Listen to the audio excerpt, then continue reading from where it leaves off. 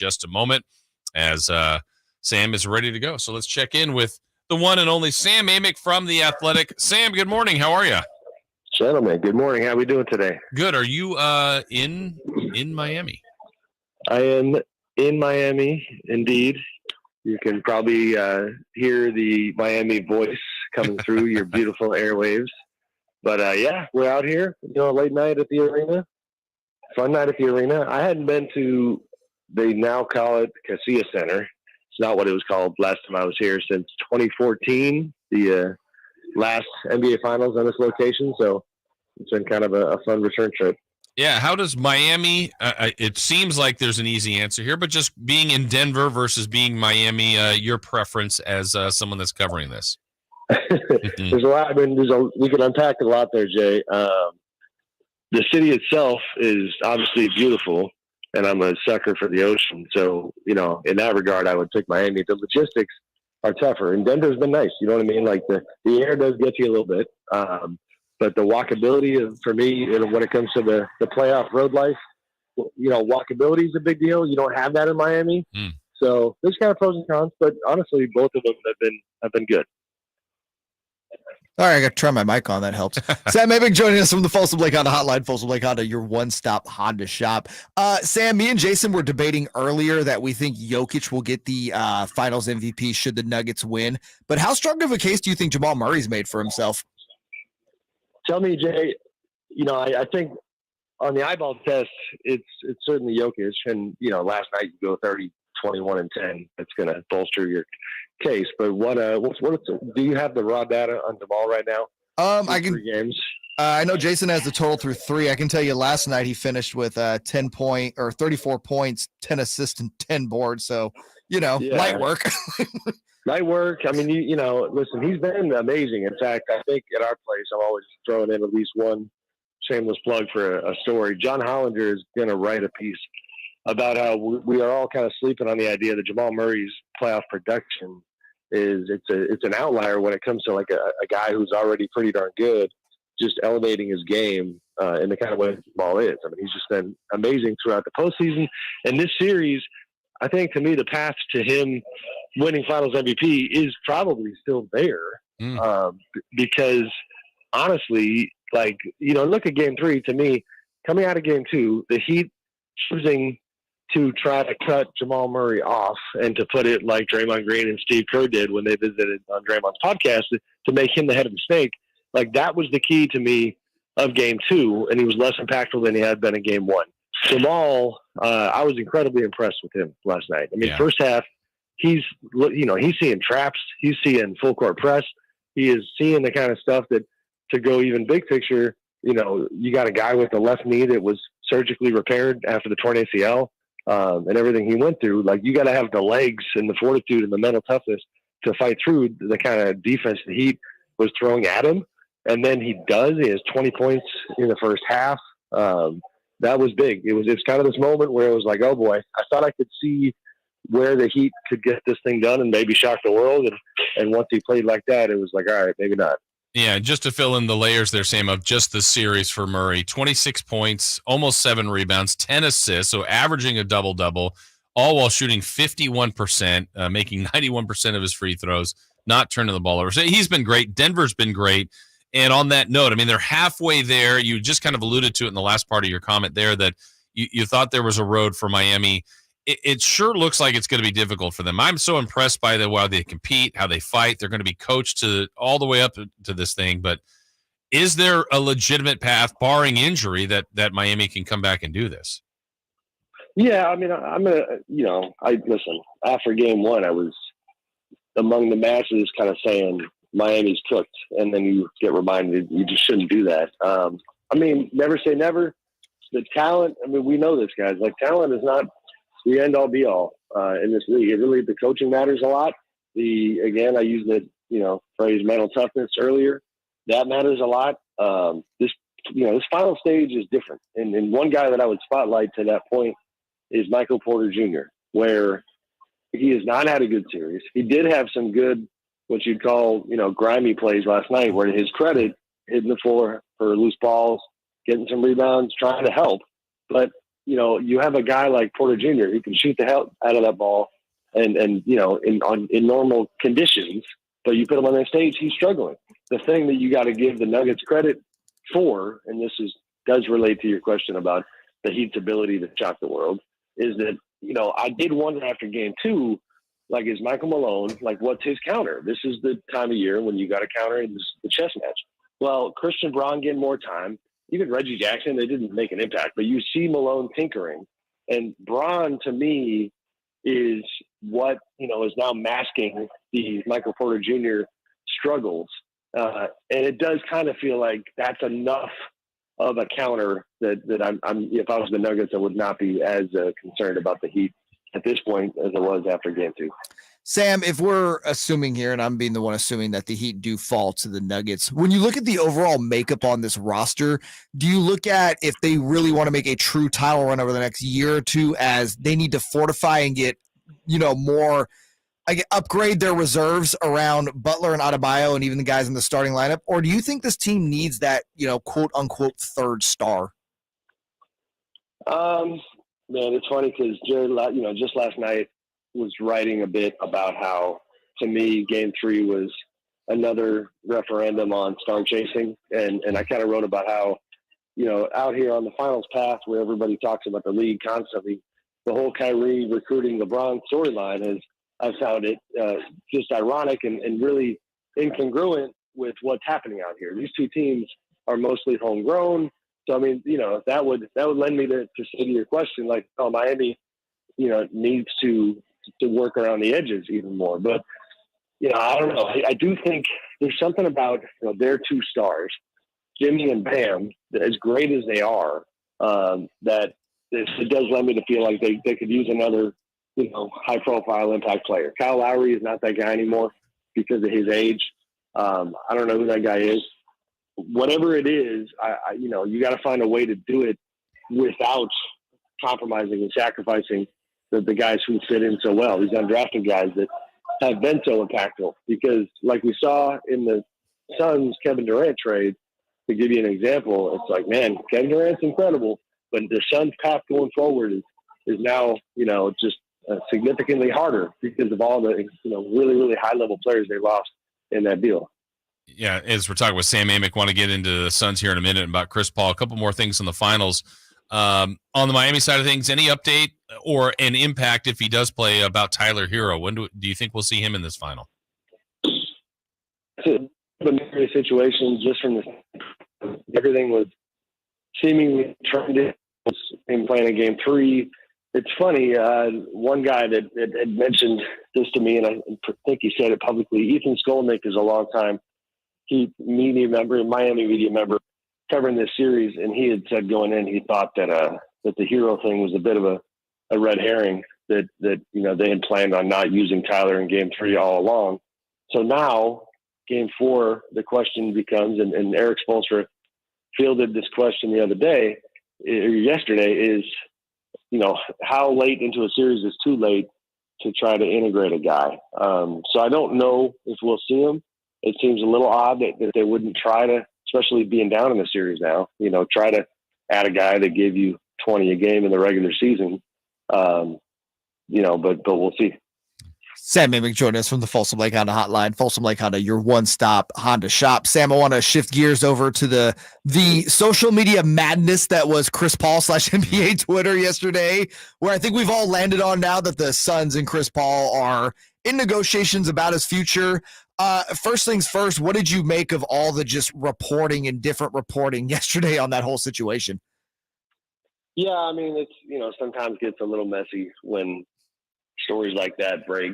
I do, the information that we'd received is that the Suns are, listen, Chris Paul's days in Phoenix certainly appear to be over. It's just a matter of what path they take to do something. Buying him out, waiving him is just, that had like NBA executives just kind of rubbing their eyeballs and asking what the hell, like that's an incredibly unwise option in terms of what it means for the Suns and their, what they can do going forward. It's much better if they can somehow find a way, to send him somewhere trade wise. He's only guaranteed half of his deal for next year, so we'll see what happens. But if I had to handicap it, I don't know where he might wind up, but I think more likely that he gets traded than he gets cut. And then from there, he's another guy that obviously a massive name and a profile, but still a good player. In fact, I mentioned Hollinger earlier. He has a great stat where it's his own formula to essentially say what each player in the NBA is worth. And even at Chris Paul's kind of advanced age, I think he had him as like a $32 million a year player, which is a little surprising, but still shows you that, that he's got value. So we'll see what happens there. Sam, any thought on him staying as a Sun on a, buyout where he kind of restructures that? I mean, if they waive him, he can't re-sign for a year. So that's out the door. And as for him staying, I feel like Isaiah Thomas, who is apparently going to be an unofficial Suns executive forever, because he's Matt Ishbia, the owner's, kind of confidant these days. And, I'm sure you guys saw Isaiah gets on NBA TV and says, don't rule out the idea of Chris Paul still being with the Suns. That to me felt like a very transparent leverage play, where the way the news broke initially that they were just going to cut him took away all the Suns leverage in trade talks. And I felt like Isaiah was just doing whatever he could to put the genie back in the bottle. Sam, obviously, if they do get off him, as you alluded to, trade is probably your best way to recoup some assets. A team that I thought made a lot of sense to me and does have, I believe, the contracts to trade for him that would make a lot of sense, especially with all the uneasiness of what's going on in that franchise right now and the need for a culture change. I think Memphis would be an intriguing option for that. Just thoughts on bringing in a guy like Chris Paul to maybe, if they could make a deal done, to kind of change up that culture a little bit in Memphis, especially with Ja going to miss probably a good amount of the season. Yeah, I like it in a vacuum. A couple of quick thoughts. I mean, on the Memphis side, no question, they need veteran presence. And so I like that a lot.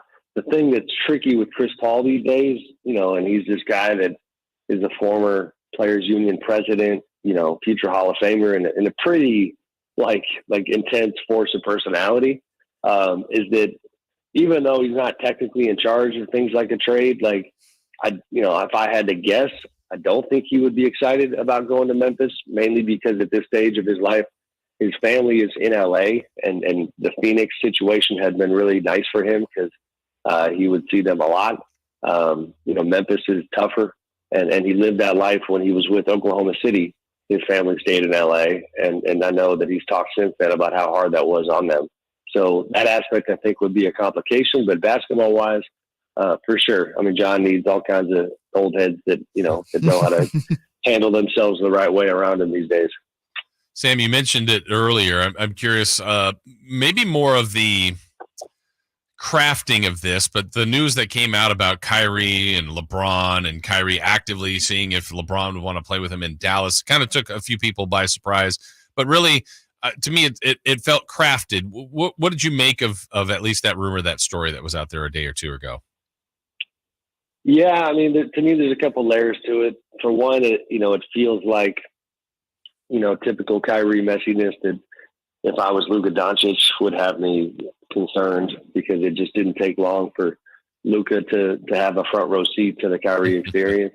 And if you're the Mavs, you got to be careful because, we've already been writing about, are the Mavs going to be able to hold on to Luka? So that comes to mind. Also, just, I don't know, Kyrie, I mean, you talked about emojis, the big eye roll emoji for me on this one, because, he jumps on social media recently and tells everybody to stop asking him what he's going to do in free agency. And then, a story like this comes out and all signs point to it coming from his camp.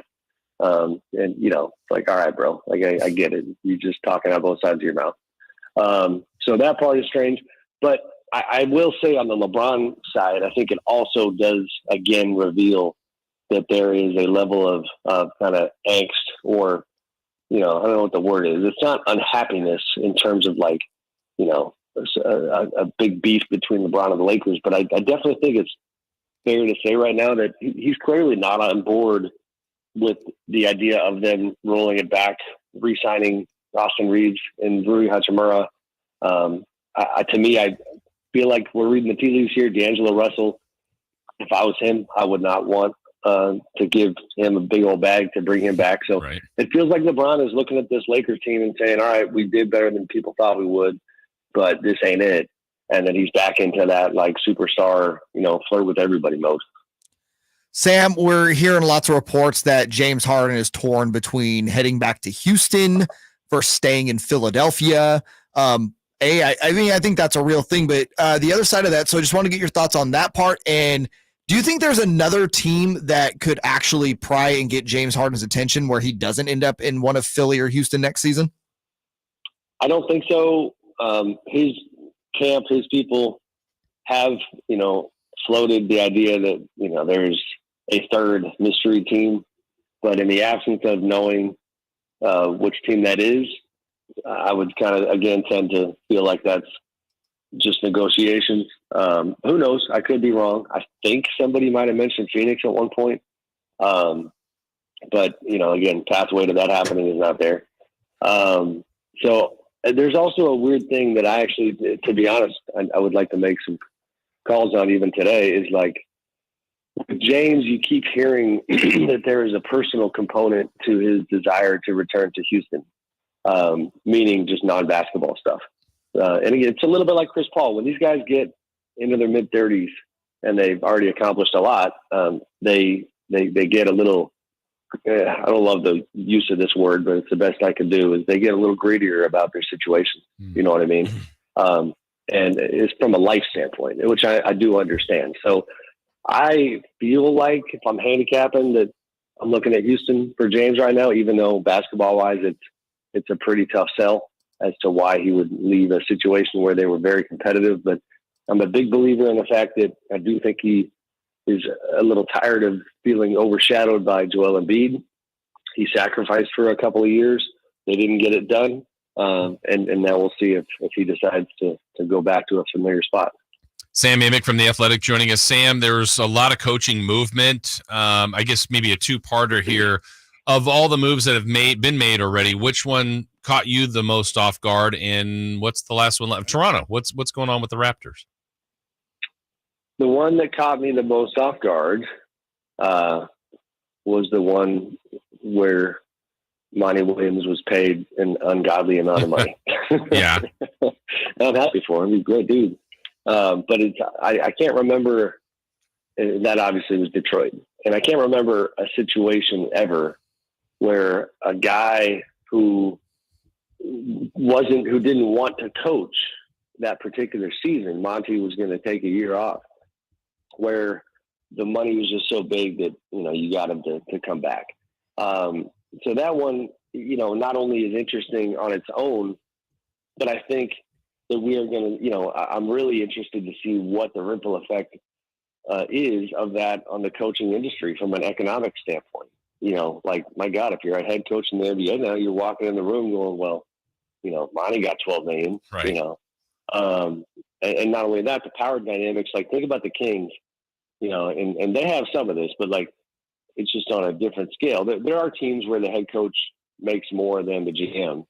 I don't know the exact numbers with the Kings. I do think I'm confident saying that they're both in the same ballpark at minimum. And like, it just makes it a little tricky, right? Because, this guy's boss. And then, if you're Monty Williams and let's say things for some reason go sideways in Detroit, you're looking up at Troy Weaver, who hired you in that group, and saying, what are you talking about? Like, I make twice as much money as you. Mm-hmm. So that is interesting. The Toronto thing, they obviously have just interviewed just a ton of people. I don't have a great feel for it right now, and admittedly I've lost track a little bit of that reporting. In fact, I'm going to throw it back to you guys because it's a Kings question. And what's the latest? Is Jordy Fernandez still believed to be in the mix or not so much? Yeah, I can't remember if Jordy got in that second group. I know he was talking to. I believe he did. Okay. And he's basically, Sam, I know Jordy's was in conversations with several of these teams, so he's obviously made an impression, but to this point, as we know, hasn't landed one of these jobs. But kind of a win-win for him. For sure. yeah, I mean, those types of experiences they build towards the next thing. And so it's always a lot of times a process. But Masai Ujiri, who runs the Raptors and arguably has more sway and influence and juice than any top executive in the league with his team. He's deliberate and not a shocker to me that he's taking his time. Sam, one more quickly for you. The Adrian Griffin hire in Milwaukee. There was a lot of rumors that this is who Giannis was pushing for. How much of that hire was to satisfy Giannis, and how much of it was basically like they really feel like Adrian Griffin is the guy that can get them back to the NBA Finals? I mean, I think it's both, but the first part is definitely true, and I don't blame them. I mean, the good thing for the Bucks is that, I don't know who to compare Giannis to as the inverse of this, but to me, if I was an owner, I would have a pretty high level of trust in who, Giannis wanted. He's a very bright dude. And so like his sensibilities would not concern me. As opposed to heck, why not? I'll just pick on a guy who's already been going through it. Is like, hey, Dylan Brooks, who do you want to coach this team? Mm-hmm. It probably wouldn't go quite as well. So I think it's fine. Adrian's got a good reputation. They have another one of those situations in Milwaukee though, where the impact of new ownership, and it's not completely new, but Mark Lasry sold his share and Jimmy Haslam is now running it with Wes Edens. It's just a lot of change, arguably for the sake of change, and we'll see if that choice to part ways with Mike Budenholzer pays off. Adrian has not done this job before, and that's always, I think, a bit of a concern. Always great insight. Check out Sam's work at The Athletic. We always love having him on each and every Thursday. Sam, great work. Enjoy the rest of the finals. Enjoy Miami, and we look forward to talking to you next week. Thanks, guys. Appreciate you. All right, thank you. That is Sam Amick. Again, any part of any interview you ever miss on anything here on Sactown Sports, always go back